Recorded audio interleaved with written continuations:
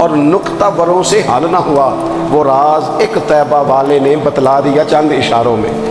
محبوب کریم امی ہیں، لیکن حضور نے اس طرح دنیا کو سکھایا، اس طرح دنیا کو پڑھایا، اس طرح حضور نے علم کے چراغ اور دیپ روشن کیے کہ قیامت تک جسے روشنی ملے گی نا، اسے صرف دروازہ مصطفیٰ سے ملے گی، اسے رسول کریم علیہ السلام کے در دولت سے ملے۔ کچھ لوگوں نے کہا کہ اپنے پاس سے آیات بنا کے لاتے، اپنے گھر میں بیٹھ کے دعوے کر لینا تو کوئی مشکل کام نہیں نہ ہوتا، سارے لوگ ہی کر لیتے ہیں۔ بلکہ وہ ہمارے ایک بزرگ کہا کرتے تھے، خیالی پلاؤ پکائیے ٹکے ہو کدے بھی کاٹ نہ پائیے، کیونکہ کون سا پیسوں کا ڈالنا ہے، زیادہ ڈالیں آپ اور زیادہ ڈالیں۔ بہت سارے لوگ ہیں آج بھی، کچھ لبرل ہیں بیچارے، کچھ دین بیزار طبقہ ہے، وہ کہتے ہیں جناب ہمیں تو جدید باتیں بتائیں، ہمیں تو نئے اسلوب کے مطابق لے کے چلیں، ہمیں تو او بھائی سن، میرے نبی پاک علیہ السلام نے فرمایا میرا قرآن کبھی پرانا نہیں ہوگا، اسے پڑھ کے دیکھ، اس کی جدت کا حسن دیکھ، یہ تو کھلا ہوا باغ ہے، تو ایک دفعہ اس کے قریب آئے گا تو خوشبو ملے گی، دوسری دفعہ آئے گا تو اس سے زیادہ تازی ملے گی، ایک دفعہ پھل کھائے گا تو مزیدار ہوگا اور دوسرا کھائے گا ہو سکتا ہے شکل ملتی جلتی ہو لیکن ذائقہ بڑا نرالا ہوگا۔ تو تو صحیح نا، جب کچھ لوگوں نے کہا یہ خود سے بنا کے آیات لاتے ہیں تو فرمایا وَإِن كُنتُمْ فِي رَيْبٍ مِّمَّا نَزَّلْنَا عَلَىٰ عَبْدِنَا فَأْتُوا بِسُورَةٍ مِّن مِّثْلِهِ،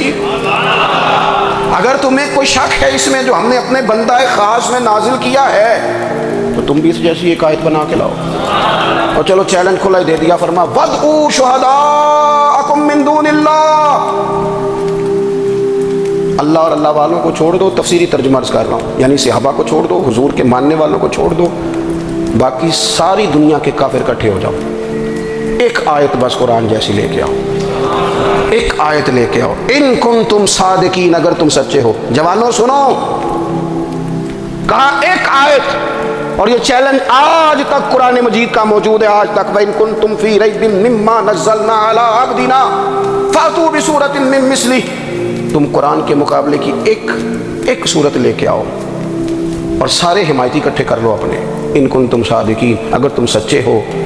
جواب تو ادھر سے آنا تھا نا، لیکن کائنات کے رب نے جواب بھی خود دیا، فرمایا فَإِن لَّمْ تَفْعَلُوا وَلَن تَفْعَلُوا، اگر تم نہ لا سکے، اور فرمایا تم لا سکتے بھی نہیں، اگر تم نہ لا سکے اور تم لا سکتے بھی، نہ خنجر اٹھے گا نہ تلوار تم سے، یہ بازو میرے آزمائے ہوئے ہیں، وَلَن تَفْعَلُوا، تم لا بھی نہیں سکتے، فَاتَّقُوا النَّارَ الَّتِي وَقُودُهَا النَّاسُ وَالْحِجَارَةُ، پھر اس آگ سے ڈر جاؤ جس کا ایندھن آدمی اور پتھر ہے، اُعِدَّتْ لِلْكَافِرِينَ، بنائی کافروں کے لیے، بنائی مومنوں کے لیے تو رب نے جنت بنائی ہے، اُعِدَّتْ لِلْكَافِرِينَ، یہ دوزخ اللہ نے کن کے لیے بنائی ہے؟ اُعِدَّتْ لِلْكَافِرِينَ، کہتے ہیں کافر کے لیے بنایا۔ تو اللہ تبارک و تعالیٰ نے میرے رسول پاک صلی اللہ تعالیٰ علیہ وسلم کو وہ کتاب عطا فرمائی، اور پھر حضور کی فصاحت و بلاغت، معرفت، دیکھو ایک ہوتا ہے گھنٹوں باتیں کرنا، ایک ہوتا ہے کئی والیم پر مشتمل، کئی جلدوں پر مشتمل کتب کا لکھنا،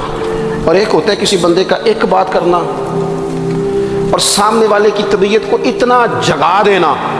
کہ اگلی بات فوراً ہی اس کی سمجھ میں آ جائے۔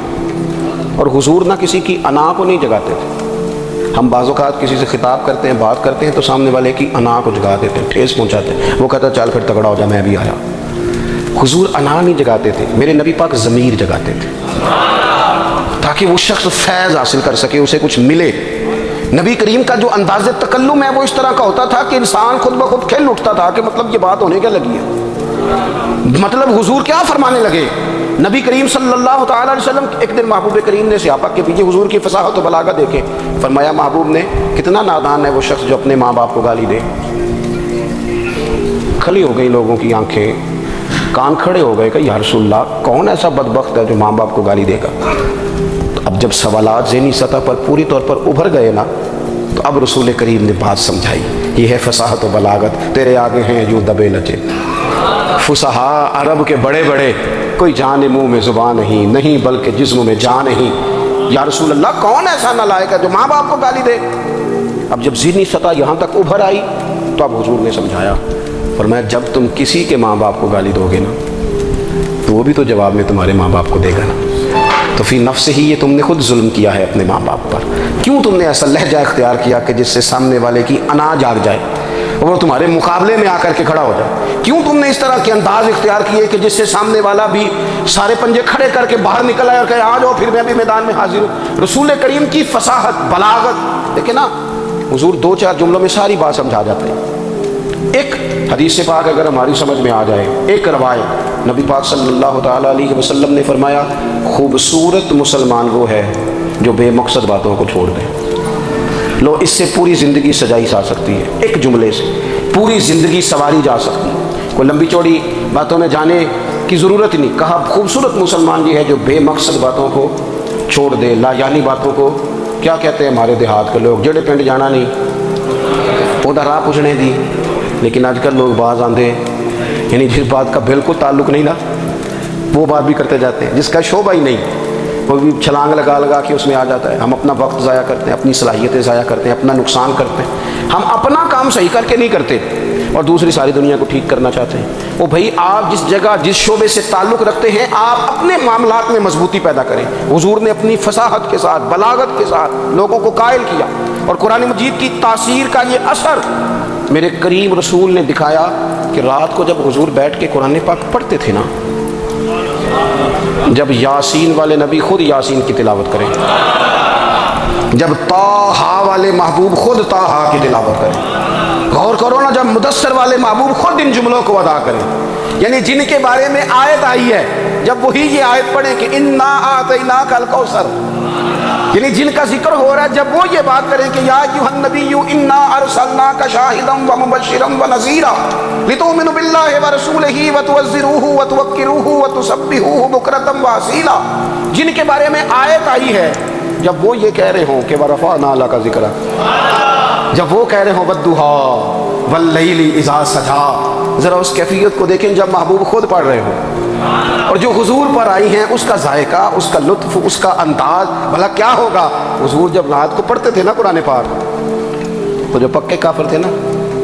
ابو جہل جیسے لوگ، وہ بھی جھاڑیوں میں چھپ چھپ کے مدینے والے کی تلاوت سنا کرتے تھے، حضور کی تلاوت سنا کرتے تھے۔ یہی بہتر ہے کہ پردوں میں وہ پردہ پوش رہے، وہ اگر پردے ہٹا دے تو کسے ہوش رہے۔ رسول کریم علیہ السلام کی تلاوت کا سننا، قریب جانا، یہ اعجاز ہے۔ حضرت فاروق اعظم کہتے ہیں میں طبیعت کا بڑا ڈاڈا تھا، مزاج کا بڑا سخت تھا، زندگی ہمیشہ ڈٹ کر گزاری، باتوں پر کھڑا رہنا آتا تھا، پر جب میری بہن نے مجھے چند آیتیں سنائی نا تو میں تڑپ ہی گیا، کروں آیا سم مار مقامنے نو، ہن مینو مار دے لے چلو، اوے متے عمر دی عمر برباد ہو جائے جتھے عمر سوار دے لے چلو۔ یہ اعجاز ہے رسول کریم صلی اللہ تعالیٰ علیہ وسلم پر نازل ہونے والی کتاب کا۔ پھر حضور نے خبریں دی، نبی پاک نے خبریں دی، حضور نے فرمایا روم فتح ہوگا، وہ ہوا۔ نبی کریم علیہ السلام نے فرمایا شام فتح ہوگا، تو شام فتح ہوا۔ فرمایا ایران فتح ہوگا، تو ایران فتح ہوا۔ سراقہ بن مالک کہتے ہیں ایک گاؤں پر بھی مسلمانوں کی حکومت نہیں تھی، ایک گاؤں پر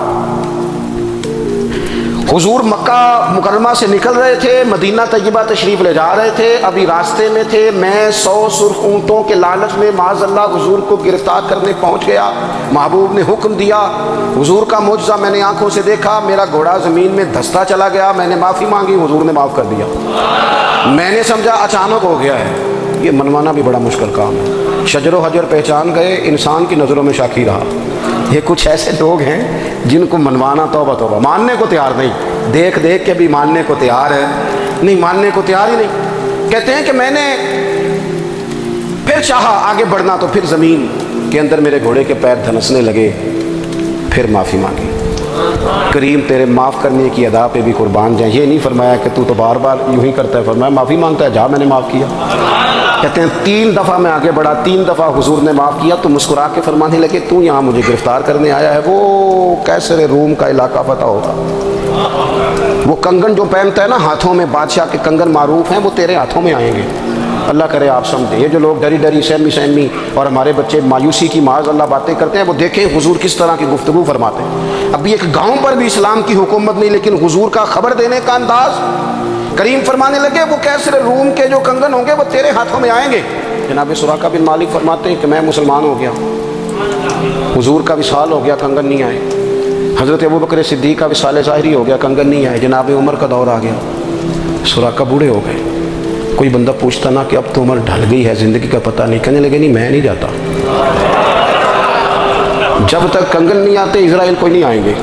کیونکہ ساڈے نبی دی زبان ساڈے واسطے قرآن، جو دن کو کہہ دیا دن ہے تو دن نکل آیا،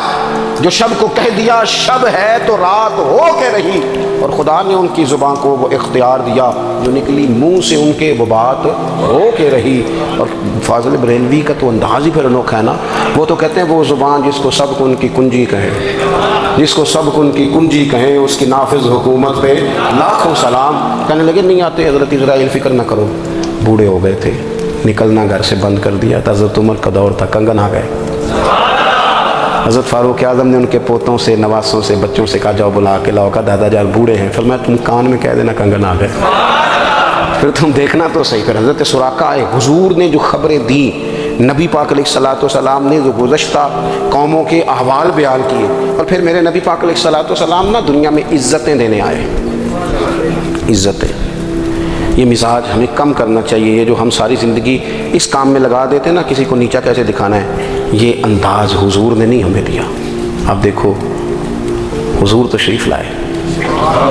تو ہمیں پتہ چلا کہ حضرت یوسف جیسا سونا کوئی نہیں، حضور تشریف لائے تو ہمیں پتہ چلا کہ حضرت داؤد جیسی خوبصورت آواز کسی کی نہیں، حضور تشریف لائے تو ہمیں پتہ چلا کہ جناب عیسیٰ علیہ السلام کا فقر اختیاری کس طرح کا تھا، محبوب تشریف لائے تو ہمیں پتہ چلا کہ حضرت موسیٰ کا جلال کس طرح کا تھا۔ یہ تو حضور آئے تو نبی پاک علیہ السلام نے اس کی بھی عظمت بیان کی، اس کی بھی شان بیان کی، حضور نے بتایا کہ ابو بکر صدیق کی شان کیا ہے، فاروق اعظم کا مرتبہ کیا ہے، عثمان غنی کی حیا کیا ہے، مولا علی کی شجاعت کیا ہے، اہل بیت نبوت کی عظمت کیا ہے۔ حضور آئے عزتیں دینے، ماں کو عزت دی مدینے والے رسول نے، کہا جس کا باپ راضی ہو گیا اس کا رب راضی ہو گیا، فرمایا جو 2 بیٹیاں 3 بیٹیاں 4 بیٹی بہنیں یا ایک بیٹی یا بہن بیاہ کے آ گیا نا، جس طرح میری 2 انگلیاں جڑی ہوئی ہیں میرے ساتھ جڑ کے جنت میں جائے گا۔ رسول کریم صلی اللہ تعالی وسلم نے عزت دی، عزت دی، حضور عزتیں دینے، کوئی اعزاز نہیں، ان پڑھ بندہ ہے، سادہ ہے، غریب ہے، مزدوری کرتا ہے، ہاتھوں پہ چھالے، یا رسول اللہ اس کا بھی کوئی اعزاز ہے؟ قربان جائیں، میرے کریم نے عزت دی، فرمایا محنت کر کے روزی کمانے والا تو اللہ کا دوست ہے، یہ اینٹیں اٹھانے والا، یہ مشقتیں کرنے والا، یہ صبح دیہڑی پہ جانے والا، یہ بیچارہ جو اچار سے روٹی کھاتا ہے، تو نے ہر شخص کی قسمت میں یہ عزت لکھی اور آخری خطبے کی صورت میں وصیت لکھی۔ رسول کریم نے ہر بندے کو اعزاز دیا، عظمتیں دی، حضور عزتیں دینے آئے، نبی پاک علیہ السلام نے اعزازات دیے، حضور نے نوازا، یہ ساری چیزیں میرے رسول پاک کی تشریف۔ اور پھر یہ جو حضور کے صحابہ اور اہل بیت ہیں نا، یہ بھی میرے نبی پاک کی نبوت کی دلیل ہے، اتنی جلدی انقلاب آیا نہیں کرتے، وہ کل تک جو رہزن تھے حضور نے راہبر بنا دیے، وہ لوگ جو کل تک ایک دوسرے کے گلے کاٹ کے کھاتے تھے، ایک دوسرے کو مارتے تھے، تکلیف پہنچاتے تھے، برادری ازم پہ لڑتے تھے، حضور نے بھائی بھائی بنا دیے، ایک پلیٹ میں کھانا کھانے لگے، سیدنا بلال حبشی، صہیب رومی، سلمان فارسی، حضور نے یوں کر کے ملا دیا۔ نبی کریم علیہ السلام نے تقسیمیں ختم کر دی دنیا، حضور کے صحابہ نے اپنا کردار اس طرح کا دکھایا، اتنا بلند کیا، اور صحابہ کرام علیہم رضوان اس کو دیکھ کر اتنی بلندیوں پہ گئے کہ گواہیاں اللہ کا قرآن دیتا ہے، فرمایا محمد الرسول اللہ والذین معہ اشداء علی الکفار رحماء بینہم تراہم رکعا سجدا یبتغون فضلا من اللہ ورضوانا، فرمایا یہ جو میرے محبوب کے ساتھ والے ہیں کافروں پر سخت ہیں، آپس میں نرم دل ہیں، تم جب بھی انہیں دیکھو گے سجدے کرتے دیکھو گے، رکوع کرتے دیکھو گے، تم انہیں دیکھو گے اللہ کی رضا کے متلاشی ہیں، انہیں ساری مادہ پرستی سے نکال کر محبوب نے رب کی رضا کے رستے پہ ڈال دیا۔ میرے نبی کریم سید عالم صلی اللہ تعالیٰ علیہ وسلم کی نبوت کے دلائل کے طور پر یہ ساری چیزیں آئیں۔ بس میں بات سمیٹنے لگا ہوں، حضور کا جو اخلاق ہے نا، وہ بھی نبی کریم علیہ الصلوۃ والسلام کی نبوت کی بہت بڑی دلیل ہے۔ وَإِنَّكَ لَعَلَىٰ خُلُقٍ عَظِيمٍ، محبوب ہم نے آپ کو نا خلق عظیم کا مالک بنایا ہے۔ کچھ لوگ سمجھتے ہیں صرف آپ کا بولنے کا انداز ٹھیک ہو تو آپ با اخلاق ہیں، نہیں بھائی، بولنے کا انداز ٹھیک ہونا با اخلاق نہیں، سچ بولنا اخلاق کی علامت ہے۔ آپ کا حق بات کرنا اخلاق ہے، آپ کا صحیح گواہی دینا اخلاق ہے، آپ کا اللہ تعالیٰ کی طرف سے آزمائش آنے پر صبر کا مظاہرہ کرنا اونچا اخلاق ہے۔ رب نعمت دے تو آپ کا وجود ڈھلتا جائے شکر میں، یہ اخلاق ہے۔ رب کریم اگر آپ کو کسی وقت کسی آزمائش میں اپنی حکمت سے ڈالتا ہے تو عزت نفس کو برقرار رکھنا، خودداری کو برقرار رکھنا، یہ اخلاق نبی پاک نے اعلیٰ ترین اخلاق کی بات بتائی، اعلیٰ ترین۔ حضور نے لوگوں سے بیعت لیتے وقت کہا تھا میرے ہاتھ پر بیعت کرو، چوری نہیں کرو گے۔ نبی پاک علیہ السلام نے مختلف امور پر بیعت لی۔ حضرت حکیم بن حزام کہتے ہیں حضور نے میرے ہاتھ پہ ہاتھ رکھ کے کہا میرے ہاتھ پہ ہاتھ رکھ کے بیعت کرو